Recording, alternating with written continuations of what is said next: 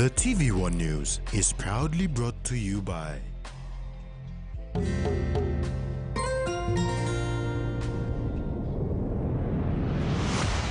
BSP, our bank, our people.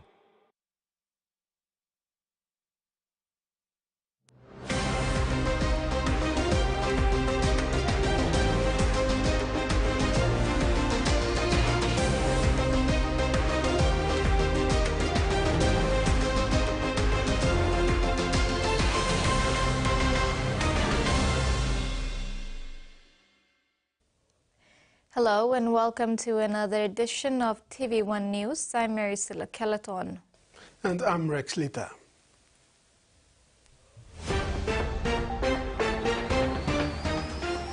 In this edition, the Salvation Army on trafficking, and is New Britain to host national softball titles.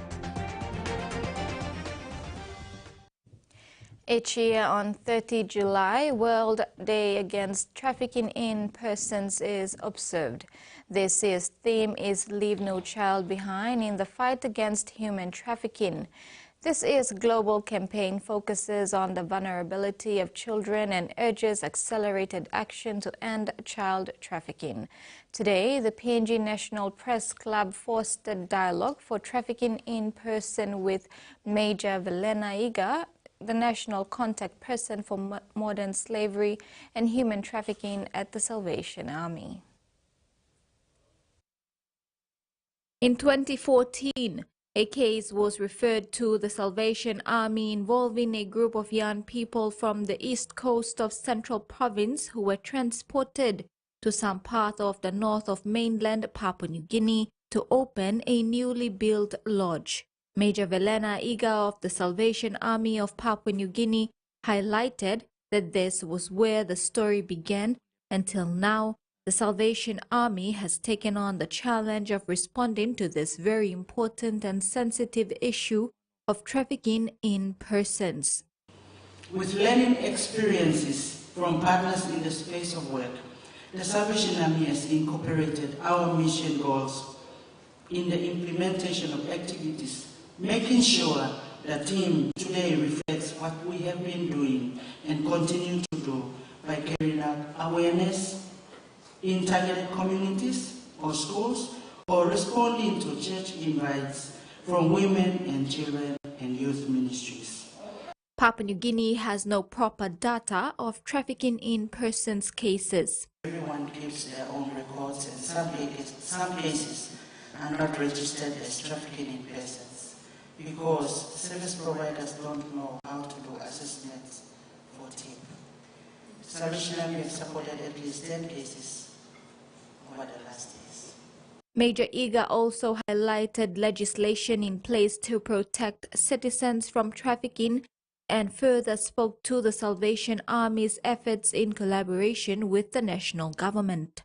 Part of the referral pathways for victims of trafficking and other forms of GBV or gender-based violence. We provide direct assistance through crisis accommodation and also counseling have supported, and counseling as well. We have also supported rescues, repatriation, relocation, and reintegration. There are no specific counseling services for trafficking in persons. The services that exist cater for general cases, especially for gender-based violence. Major Iga emphasizes that despite this void, the Salvation Army does their best to fill in the gaps to provide the necessary counseling when required. The Sumka District Development Authority had allocated 50,000 kina under its Education Infrastructure Maintenance Program in the third quarter of 2023 to Sakul Primary School in Sarang Village in the Sumka District of Medan Province. The member for Sumka, Alex Suguman, officially opened the 2 teachers' houses and 2 classrooms built from that funding allocated on Saturday, July 27.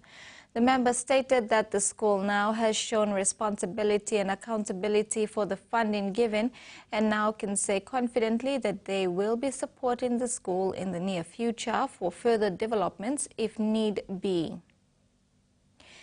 It was a tearful occasion for the people of Dima and Baskin in the Sumgilba LLG of Sumka district in Medan province, when they finally witnessed the opening of a 12-kilometer stretch of road construction into their communities. The event took place at Kama village of Ward 26 last Thursday. Dima is home to 3,000 plus people with decades of poor public service. Inaccessible road networks have always posed a major burden on the inland communities of Sumka for the last 2 decades. Now, for the first time, they feel as if a lifetime burden is being lifted off their shoulders as they no longer have to thread along slippery, narrow bush roads with heavy loads. The new road is a joint commitment delivered by local member Alex Suguman and the Sumka District Development Authority. The member, when opening the road, added that he would like to see more inland roads constructed so that people can travel with ease. Karkar local level government president Kui Udag acknowledged the DDA for the ongoing funding and transparency with project reports, which enables them to fairly allocate necessary funding for development purposes. Udag states that it is through this process they were able to source out funding for the construction of the road. In support of financial transparency within the DDA, George Maggie, the Sumgilbar local level government president, stated that other districts host DDA meetings away from their districts in isolation without the people's knowledge. Development of roads and bridges remain a serious development agenda for MP Suguman, including health, education, and the economic sector. The local MP is appealing to the government to provide immediate funding support to upgrade the district's inland roads connecting to the main highway as part of the Connect PNG program. Susan Oreape, TV1 News. You're watching TV1 News. After the break, Chinese national killed and Yellow Bridge officially open.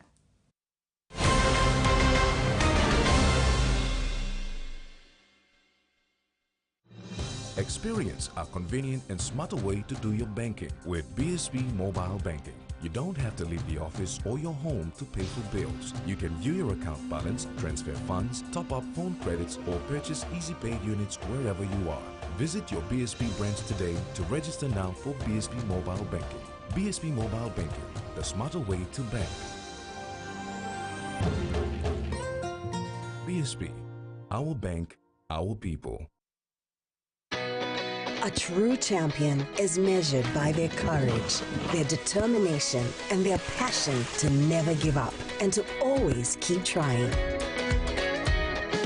With a delicious Milo in milk taste and added nutrients, Milo in milk is a great way to fuel our little champions with nourishing energy every day. Because true champions give it their all. Milo, PNG and Mia. Prime PNG made. He says the best Hunters players come from his region. So does she. But there's one thing that brings everyone together. SB Laga, Bunyamyumi.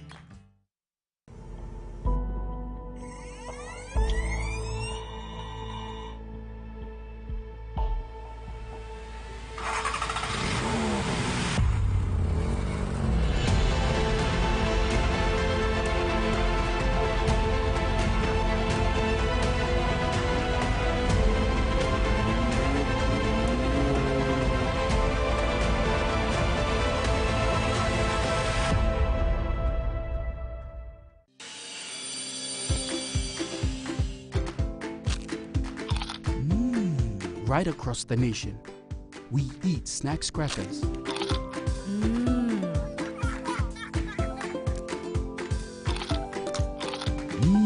Emi trupla. All get a young planalapun, only like him snacks crackers.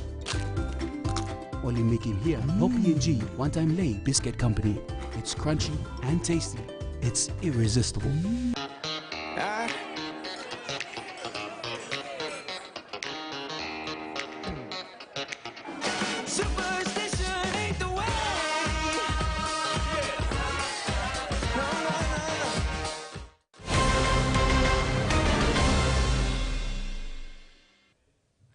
Welcome back. Police in Wa Warrior District, Morobe Province are searching for suspects involved in the killing of a Chinese national at Kilolo Bridge on Sunday afternoon. Frustrations between tributers, the leaseholder and a Chinese developer at a mine site took a turn for the worst when 2 excavators were burnt and a foreign worker killed.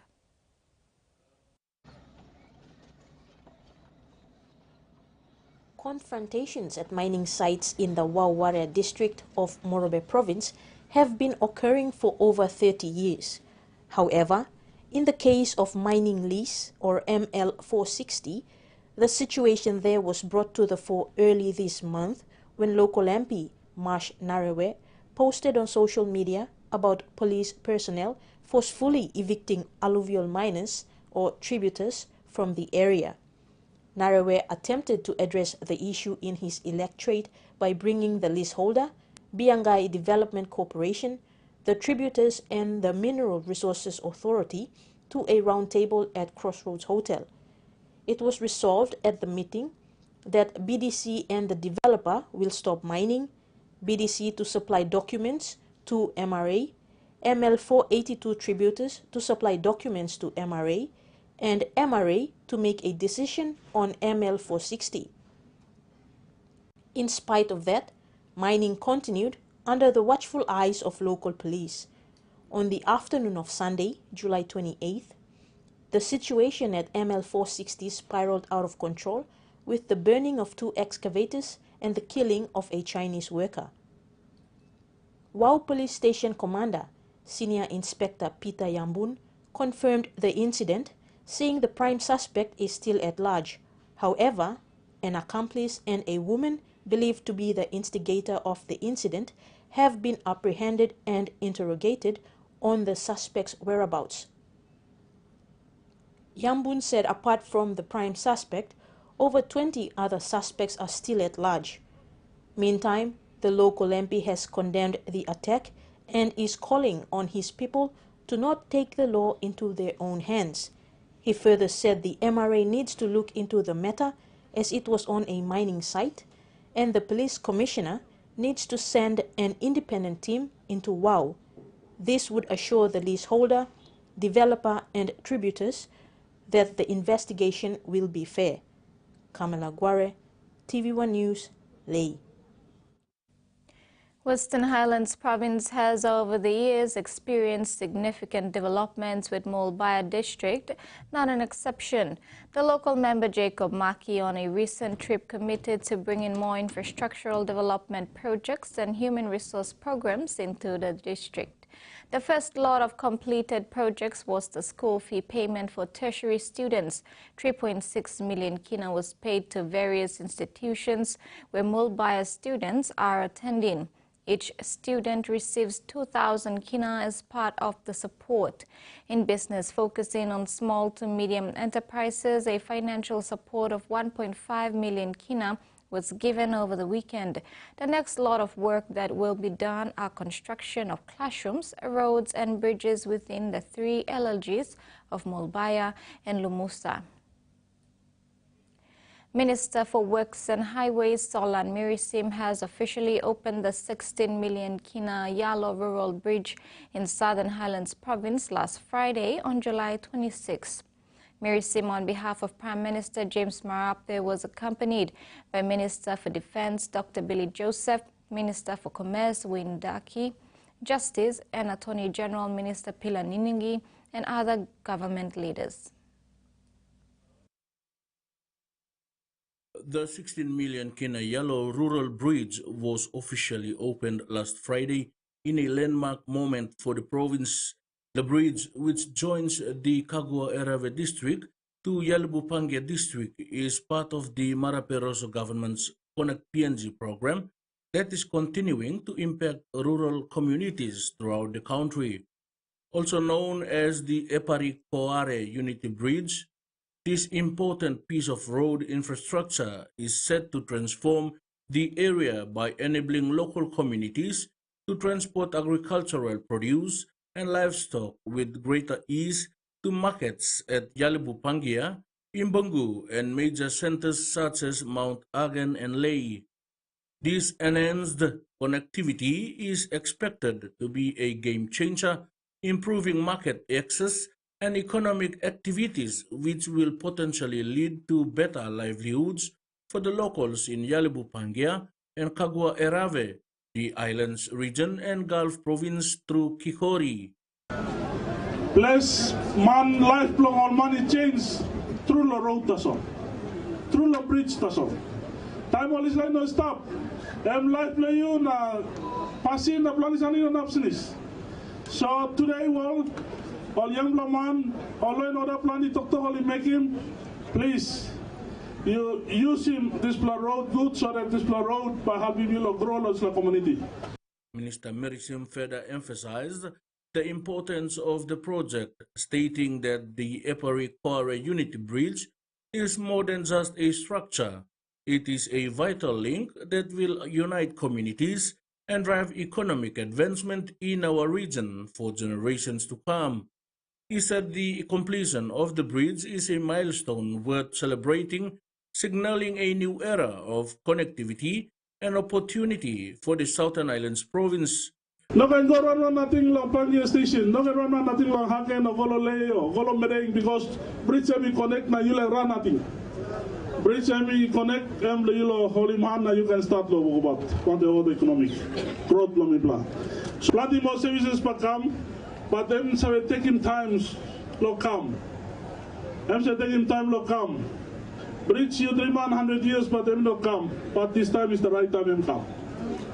There is time for everything. Designed by IPRO Puloro Engineering and constructed by China Aba Engineering Company, the project was executed at 11 million kina with an additional 5 million kina for the panel supply component of the bridge. Freddie Mo, TVWAN News. And now the finance news. The kina closed lower at $0.2586 in the interbank market. At Bank South Pacific, our kina was buying $0.2511, $0.3803 Australian dollars, $0.2237 euro, and 38.36 Japanese yen. Looking at commodity prices at New York close, all closed higher except coffee and crude oil closed lower. And on the stock market, the Dow Jones closed higher, ASX closed higher, and all ordinaries closed higher as well. This is TV1 News. We'll have news making headlines overseas when we return. Stay with us.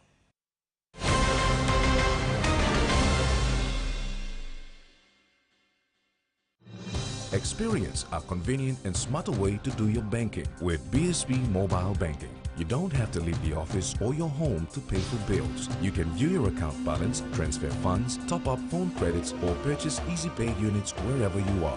Visit your BSB branch today to register now for BSB Mobile Banking. BSB Mobile Banking, the smarter way to bank. BSB, our bank, our people.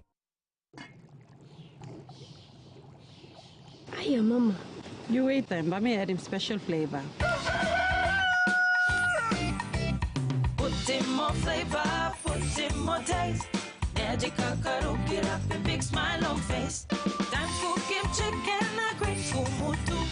Sip, sip, the mumu, yes, magic on you. Maggi, the taste P&G loves. Open net.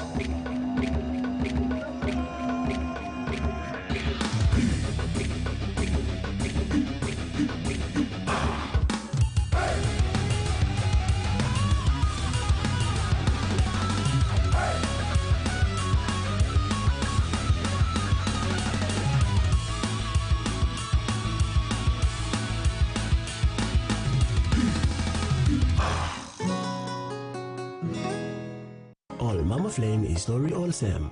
sabe you sim flame flower long one yem. Yem sabe me kim kai belong family belong me. You go more yet. Man belong me sabe like flower balls belong me what them kawa war na spring onion. All pikinini belong me sabe like him to mas pineapple donut me sabe walk him lo house. Ne make kumu mix him on them cow na karama pim long flower. Tasty hash browns. Time is scaling one time wala pela kai. Me sabe kissing more kai long all get a toya mi tromoy one time flame flower. You enough making more one time flame flower. Enjoy life when we work together, making happy memories that last forever. Hot in talk, young or old, let's raise family meal with home. We'll bring out the smiles cause it's our favorite of mine. Tennessee cola, scale rice on scales, air price. Tennessee cola, scale rice on scales, scale price. Amber, you like it? Hey, you found her? What are you and Catherine doing out there in those woods? We were just walking and walking. That's all I remember. Angela, can you tell your dad how long you were gone? A few hours. Baby, you've been gone 3 days. Wherever those girls went, they brought something back with them. The Exorcist Believer premieres Saturday, August 17th, 9 p.m. on HBO. This season, the Bunce family are taking the ultimate risk. There's no investors, there's no third party. We're paying for it ourselves. We have to find some good jade. The stakes are high, and every decision is their own. Time and money is everything. That's how important it is. Hit it! Rush, move. It's all or nothing. If we don't mine this year, we have no next year. Jade Fever, streaming now on Outdoor.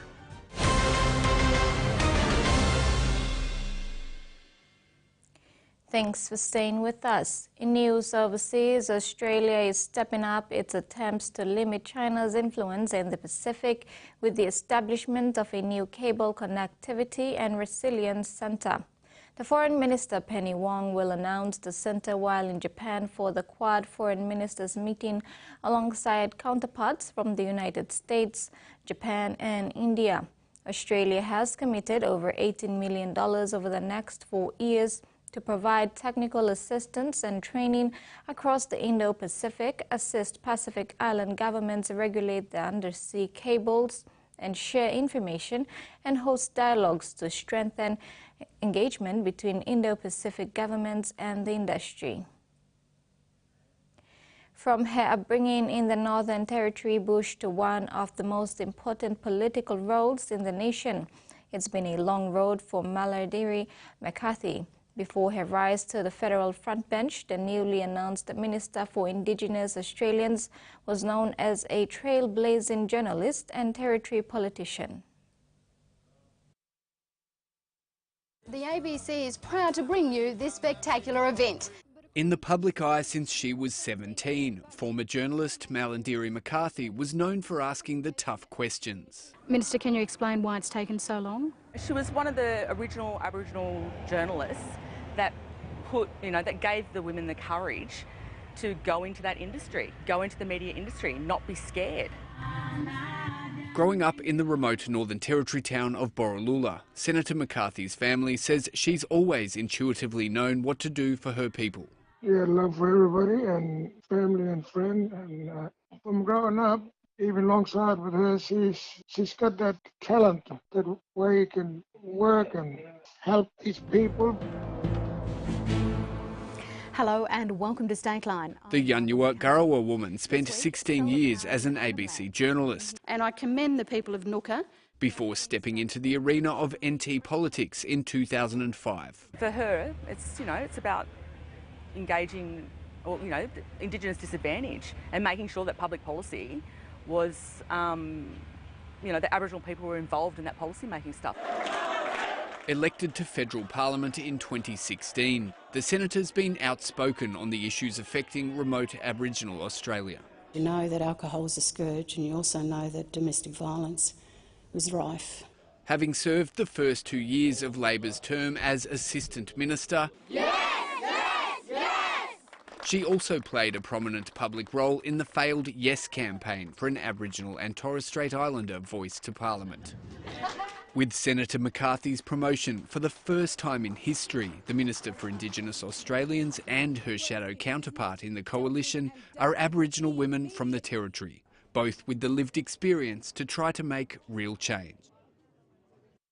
Washington's alliance with the Indo-Pacific region is sealed in place and won't change no matter who gets elected president in November, according to a State Department official.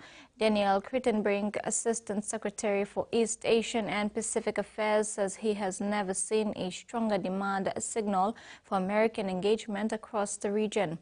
In the past 4 years under the Biden administration, the U.S. has increased its engagement with Asian allies and Pacific Island nations amid its competition with China for influence in the region. Crittenbrink assured allies that the U.S. would continue to do everything possible to demonstrate that commitment in coming months. The Australian Prime Minister has removed his Home Affairs and Immigration Ministers after months of damaging criticism about the management of the nation's immigration detention regime. Anthony Albanese's ministerial reshuffle was prompted by the retirement of 2 senior ministers, but he has made significant changes beyond just replacing them on the front bench. Political reporter Matthew Doran reports from Canberra. After Australia's early medal rush in Paris, some have suggested we should stop the games there and while we're on top. The Prime Minister announcing what he hopes is his own winning lineup. This is the team that I will take to the election. Claire O'Neill and Andrew Giles are being shunted from Home Affairs and Immigration, moving into housing and skills and training, the latter not a cabinet position. When ministers stuff up, the buck stops with them. Some portfolios are very, very challenging and therefore it's not always fair just to blame the person that sits in that portfolio. Ministers O'Neill and Giles's former roles are going to Tony Burke, taking on their problematic portfolios while retaining the arts and his role running the House of Representatives while Parliament sits. He's certainly up for it. The last time Tony Burke held this portfolio, boats arrived. His old job goes to Queenslander Murray Watt, who hands the reins of the agriculture portfolio over to Tasmania's Julie Collins, and New South Wales Senator Jenny McAllister becomes Minister for Cities and Emergency Management. What you do when there's a reshuffle is that there is a change that then has a knock-on effect. The Prime Minister describing Yanyuwa woman Malandiri McCarthy as the obvious choice to become the next Minister for Indigenous Australians. Building on the legacy of Linda Burney while bringing her own lived experience. The Prime Minister insists his decision to move Ministers O'Neill and Giles is not a concession. The pair bungled their portfolios, but he did give them new jobs, proving that their performance was politically problematic, particularly in the face of relentless demands from the opposition for their ministerial scalps. This is a reset moment for the government, but the issues in the immigration space aren't going anywhere anytime soon. Across the country, just over a third of Australians have registered as organ donors, while hundreds of people remain on the transplant waiting list. A new campaign aims to rapidly increase the numbers of donors in Australia, a move that would have vulnerable lives immediately.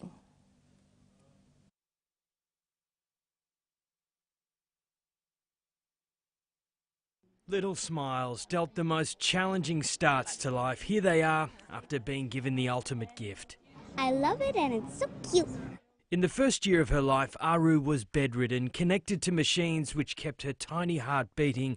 A successful heart transplant at 11 months old now sees Aru at 7, loving arts and crafts and with her sights set on the sky. Going to India for the first time and going on my first flight in 3 weeks to Bali.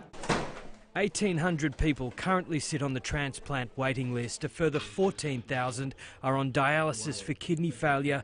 Layla was one of them at 3 years old before her father, Enrico, donated his left kidney. I feel very emotional, very proud. These families are speaking as the Organ and Tissue Authority launches Donate Life Week, a campaign to boost organ donor registration. Of course, if you're increasing the donation rate in your country, then the wait list will go down. We know that 4 out of 5 Australians support organ donation. They think it's a wonderful thing, but only 1 in 3 Australians actually end up registering. In 2023, just 36% of the population over the age of 16 were registered as organ donors. South Australia is the outlier because the state still has the option to record your decision on your driver's licence. In 2009, the Organ and Tissue Authority was established. Since then, more than 18,000 people have received an organ transplant across the country under the national program, and it's hoped more conversations will see those numbers grow. A quick conversation and a minute spent registering online could save up to 7 lives. And that ends the news segment. Next in sports with Rex, PNG athletes start competitions and Digicel wins maiden final.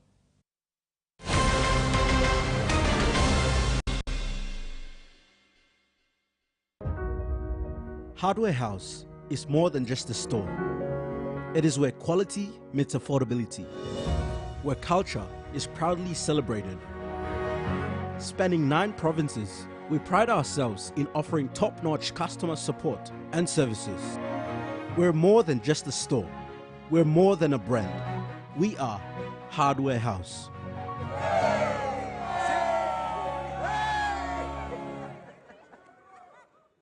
Brush to the beat with Colgate for healthy teeth. Brush twice a day for 2 minutes, that's all you need. Brush to the Colgate beat. Come on now everybody, join in on the fun for long-lasting healthy teeth. 2 minutes of brushing twice a day, bright smiles, bright futures with Colgate. Brush to the Colgate beat. Come on now everybody, join in on the fun for long-lasting healthy teeth. Back in '69, Frank Hutchison started a journey when he met Bill King, who ran a remote travel business. King needed 4-wheel drive parts so strong, so reliable, they'd make the return trip after enduring the rigours of the Aussie outback. This forged Terrain Tamer's beginnings. Over 50 years later, Frank and his team continue to innovate and create parts strong enough to survive the toughest terrains on the planet. And best of all, the customer is still king. Terrain Tamer, parts that will get you home. Hi, I'm Chef Jules Henow, and this is where my true inspiration for cooking started. Like most of us, I learned to cook from my mum. Nothing beats simple recipes where fresh local produce is at the heart, especially when it's a home-cooked meal, prepared and shared with the ones you love. And in PNG, no meal is complete without rice. And my choice is always True Guy. True Guy, true inspiration through generations. At the PNG LNG project, we are proud of our long-standing partnership with the Kumuls, as they represent the hopes and aspirations of so many Papua New Guineans. Rugby league is more than just a sport. It promotes our shared values of leadership, teamwork, respect, personal integrity, and excellence. Lessons learnt on the pitch carry on throughout life and go beyond serving ourselves.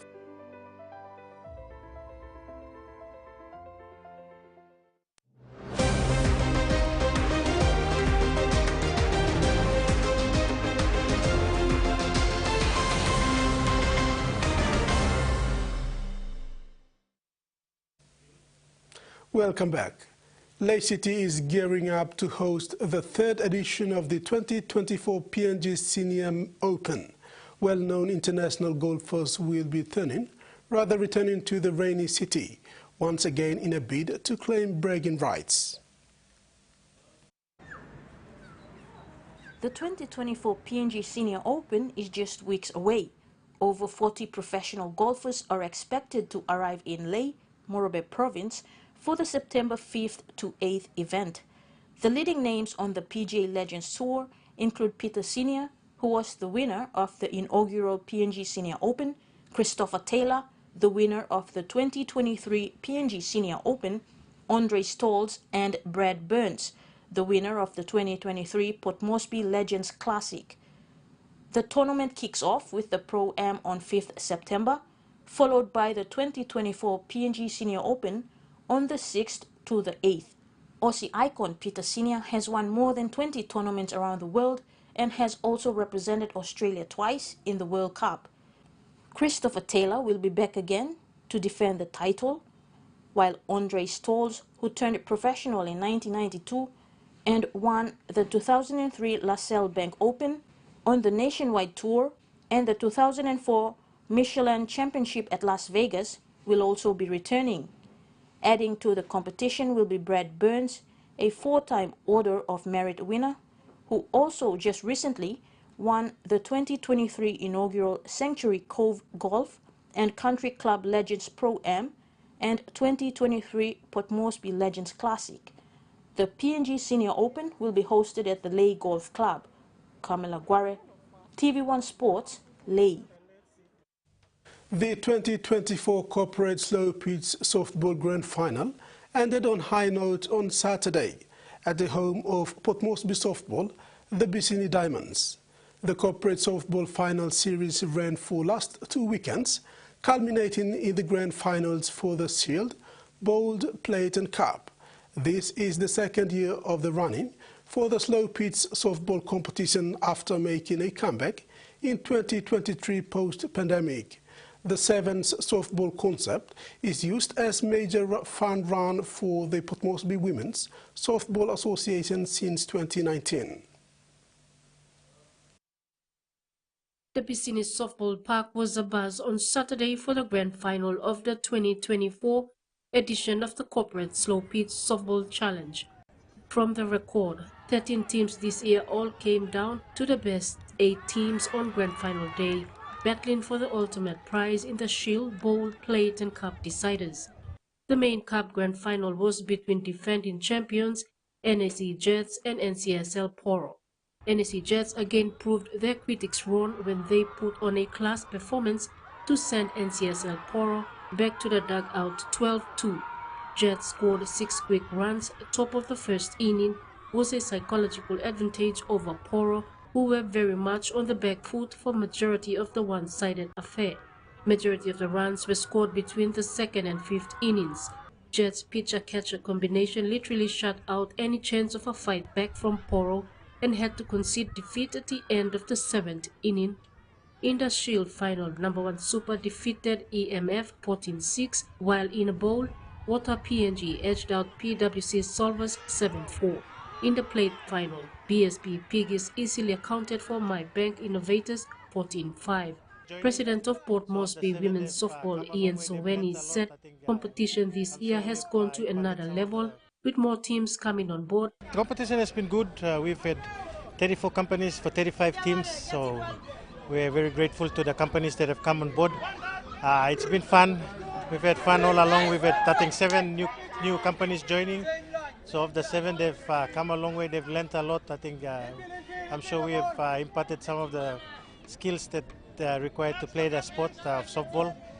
We've got a good team of association members, as well as from the men's association. Some of our men have come on board to support the club. The president said after the slow pitch finals, they will proceed with normal Port Moresby Women's Softball competition, which would include selection for the upcoming national championships in Kokopo on Independence Weekend. Susan Oreape, TV1 Sports. The home of softball in PNG, East New Britain Province, is set to stage the 45th National Softball Championships in September this year. PNG Baseball Softball Confederation announced the theme Bring Back Softball, which aims to bring back the code of softball in the country. President Jenny Pilak has also confirmed the tournament dates, which will be from the 13th to the 16th September. It is anticipated that well over 20 teams will be participating. Pilak also announced that the PNG BSC interim executives are working towards having a 5-year plan in place to align all affiliated associations in bringing back softball to the standard it needs to be. This will include creating pathways for players to develop right from junior development to senior ranks. The president said the other focus this year is on sending a PNG women's team to 3 international tournaments as a lead-up to next year's mini-games in Palau, while the men's team will be attending the Musaka Open tournament in Indonesia, with both teams to be announced straight after the nationals in Kokopo and will go straight into camp. Meanwhile, the Port Moresby men's softball will be sending 3 teams to the national championships Melonas, Meros, and Kakanas, while Port Moresby Women's will send 2, Pom Gold and Pom Black. Other centres showing interest including Kavieng, Bulumunski, Popondetta, Medang, and host provincial associations Kokopo, Gizelle, and Rabaul. Terry Longwood, TV1 Sports. BSP Piggies proved a class above their opponents after annihilating Mebank Innovators 14 points to 5 in the Port Moresby Corporate Slow Pitch Softball Plate Grand Final on Saturday. Piggies took full control of proceedings from the top of the first innings, scoring 3 quick runs to 0, setting the platform for the victory. Tagged as the Battle of the Banks, both BSP Piggies and Mebank Innovators ran out to the Bicini Diamonds 1 feeling good about their chances after earning their stripes for the Plate Grand Final decider.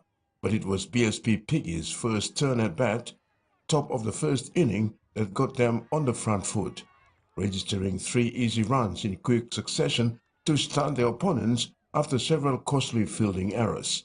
Mebank was able to settle their nerves and came up with a beautiful double play, restricting BSP runners advancing to first and second bases and keeping the score at 3-0. Mebank's turn at bat bottom of the first inning made good use of their batting order to register their first home run to trail 1-3. As the rivalry intensified, BSP maintained their dominance both in batting and fielding to force their opponents into errors for the majority of the innings. A miscatch by Mebank midfield saw BSP crossing the home plate for a 4-1 scoreline. With 2 down, BSP continued to use their power batting to pile on 7 more runs, making it a foregone conclusion at 10-2, top of the 4th inning. Mebank showed glimpses of a comeback, scoring 2 easy runs from BSP's fielding errors as complacency started creeping into their game. But to no avail, BSP scored 2 more runs to put the case to rest 14 runs to 5, taking out the plate trophy for the 2024 corporate slow pitch season. BSP co-captain Milton Pilak was quite ecstatic about the win and said it's BSP's first grand final win after falling short in 2019. It was a very tough one in the first innings. They gave us a good fielding out there, but we ran off with points from the start with I think 3 points. So yeah, it was a good start off from our end, and then we ended up doing what we can do in our games, and we ended up winning. Milton said for him, the win stands him in good stead for another crack at the Port Moresby regular men's competition with his club United Brothers. Our team's sitting at the top of the ladder at the moment, the United Brothers, so yeah, we're just heading in there and giving our good yards in the training ground, and just coming over to the field and just doing what we can do best every weekend with our coach Tony Dapple and the big guns there. So I'm pretty sure we're heading in the good track. Terry Longwood, TV1 Sports. Digicel men's volleyball team has won its first Port Moresby corporate volleyball competition. Titled Shutting Down Hilton, 3 sets to 0 to claim the plate final. The maiden victory was a fitting tribute to their outstanding performance throughout the competition.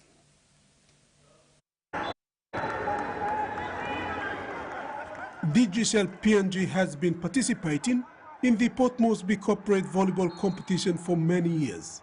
But to reach the grand final for the first time in the men's division is an achievement for the team.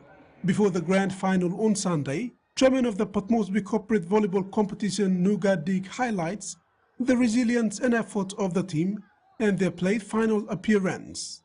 He said they deserve to play the final and give a crack at the title. Sure enough, they did. For the DSL company, this is the first grand final they're going to play this year, because how many years they've been playing for the company for the season, they never have been in the finals. For the women's, yes, last year they played grand final against Government House, they lost in the grand final. But this year is the DSL men's team, and that's the first time to be in a grand final against a new team, Hilton Hotel. They're going to play against them in the men's grand final, and it's good for two companies like Hilton Hotel, the first team, and DSL been with the for almost 5 or 6 years, and this is the first appearance to play the grand final. The men from the Red House ran out to win the maiden plate grand final on mind. They took the court, knowing it was now or never to lift the title. The court looked great, and so was the atmosphere. Both teams, DGCL and Hilton, showed their might, both in attack at the net and defense plays in their warm-up before the game commenced. The preparation alone showed the match was going to be epic. The match lived up to the expectations with a lot of entertaining moments. From the get-go, DGCL proved handy for its opponents, picking up hits with ease. Hilton threw everything in attack, but their onslaught did not deter DGCL's defense, finally leaving no room for Hilton to win 3-0 sets. Meanwhile, in the Men's Cup Grand Final, NCD proved too strong for Credit Corp to defend their title for the third consecutive year. The Central Dabaris have given their finals push a boost with a 38-14 drubbing over the high-flying Mount Hagen Eagles, who struggled to keep up with the pace of the Central Speedsters. It was a total demolition from the Solomon Kulunias's coach side, shooting out a 26-point lead in the first 20 minutes of the game. A barnstorming run from Lega Batia to the Eagles' try line started the scoring spree. Batia ended up getting a double and himself a Man of the Match award. Here's the first try, and it came from Eagles' dominant winning form of late was to be put to the test on Sunday, but little did anyone predict they would end up at the wrong end of the scoreboard at full time. A dominant first-half performance by Guest Resources Central Dabaris was the main catalyst for their 34-14 upset win over the Western Highlands powerhouse Mount Hagen Eagles in front of a packed eastern stand at the Santos National Football Stadium on Sunday. Sitting sixth on the ladder and a season on the line with 3 rounds left, the Dabaris had everything to play for. Their secret plan against the aggressive Eagles pack was to utilize their fastest men on the edges, Bartholomew Evie and Douglas Perica. And sure enough, they rose to the occasion, giving the Eagles a defensive headache with lightning footwork and electrifying speed. Evie in particular lit up the stadium on 2 occasions before he eventually got past the Eagles' defense for a spectacular runaway try that almost brought the stadium down. Dabaris Pine Lotte Koman, Justin Yoka and Matthew Wawe continuously troubled the Eagles' defense with their unorthodox play. At halftime, Dabaris led 26-0. The Eagles got some momentum back in the second half that saw fullback Dixon Pipi going over for their first try of the match. Eagles scored 2 more late tries for their 14 points before Dabaris middle forward and man of the match Lega Batia put the icing on the cake for a 38-14 victory. When we play a quality side, you have to come up with game discipline and all that. But our game discipline was not there. A lot of errors cost us this game, so yeah, we go back again, work hard and prepare for next week. I was a bit worried about the bye. We didn't know how we would turn up today, but I'm pretty happy. It's very tough, but you know, coach na, assistant coach staff, so all assisting me na, me go through na, me get used na, me understand him, na me can play how me play. Big thank you lo, of family blomi, na supporters Central Province na, Onrapla Province, kita support Dabaris mina to thank you na, appreciate lo ipagata. Terry Longwood, TVWAN Sports. Team Papua New Guinea has settled well in the Olympic Village in Paris, with 6 athletes already in Paris and 1 to arrive on the 1st of August.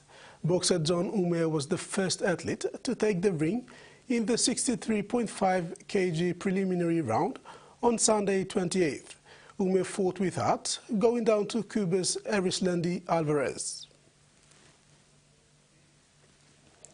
PNG Boxing Union President Dr. Gideon Candino concedes The union knew Ume was not ready for the Paris Olympics, but they allowed him to participate as he was willing to take the challenge. Ume took the ring against Cuban opponent Alvarez Evislendi, only to suffer a defeat at the end of round 1. In a disappointing finish to John Ume's outing in the Paris Olympics, the defeat points to several important aspects of sports, and preparation is one of those areas. President of PNG Boxing Union Dr. Gideon Candino said Ume was not prepared for the fight when he was called up to take a fight in Paris, and the result in the boxing ring was always going to go against him. And then when the call-up came last week, Saturday, it was just out of the blue. He knew he was not going to the Olympics, and so there was no real pressure for him to train. So that's the honest truth. Dr. Candino said after losing his Olympic qualifier in Bangkok, Thailand, Ume thought he bent his opportunity to fight in Paris. Hence, he took the time off with his new family. The call for him to participate in the Olympics came 2 weeks before the event kicked off. No sports person in the right frame of mind would turn down an opportunity to attend the Olympics. I personally knew that John was not prepared conditionally, and the coach is right there because I kept checking with him. PNG Boxing Union president said Ume was the only fighter they had when the Olympics reached out to them for a possible replacement of the Solomon Islands fighter who withdrew from the Olympics, and Ume was willing to take on the challenge. After his fight, Ume said it was an opportunity to represent his country at the world event, which he will always be grateful to do. Ume went down in the fight against Cuban fighter who is ranked 4th in the world in the 63 kg division. It was a brave effort from Ume to take the challenge. Australia kick-started their bid to regain the Olympic women's rugby sevens crown with 2 huge victories on day 1 of the Paris 2024 tournament on Sunday. The Rio 2016 champions overpowered South Africa in the first Pool B match at Stade de France, drawing in 6 tries in a 34-5 victory, before defeating Great Britain 36 points to 5. New Zealand began their gold medal defense in style, beating China 43-5. They went on to defeat Canada 33-7 to head Pool A. France delighted the 69,000 fans with resounding victories as they racked up back-to-back dominant performances, surrendering no scores in defeating Brazil 26-0 and Japan 49-0. Brazil and Japan raking up 75 points without reply. They topped Pool C with the final group games and quarterfinals on Monday. In the other matches of Pool A, Canada beat Fiji 17-14 and went down to New Zealand 33-7. People's Republic of China 40 dumped Fiji 12. The women's tournament resumes on Monday when Great Britain plays South Africa in their final Pool B game. Australia faces Ireland and defending champions New Zealand take on Fiji in Pool A. Host France have a tricky tie against the United States of America to secure the top spot in Pool C. Quarterfinals will wrap up the day's action. Susan Oreape, TV1 Sports. That's it for sports. Mary Silla with the weather forecast.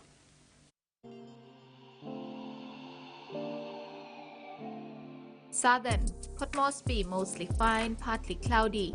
Momase, Lake cloudy with some rain showers at times. Wewak, partly cloudy with possible brief showers. New Guinea Islands, Loringawe and Kavieng, some rain showers and possible thunderstorms. Kimbe, partly cloudy. Highlands, Mount Hagen, cloudy periods with few showers. Coral Sea, seas rather rough to rough with southeast winds of 20 to 33 knots. Solomon and Bismarck Seas is moderate to rather rough with southeast winds of 15 to 24 knots. Waters of Samaria Island to Cape Bogle and all Milne Bay Islands. Seas 1.5 to 2 meters rising to 3 meters along warning areas. And waters of New Island to East New Britain Seas 0.5 to 1.5 meters, rising to 2 to 3 meters at times along warning areas.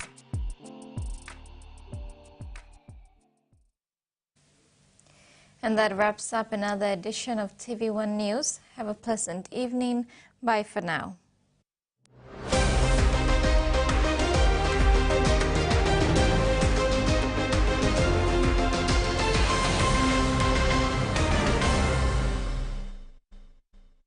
The TV1 News was proudly brought to you by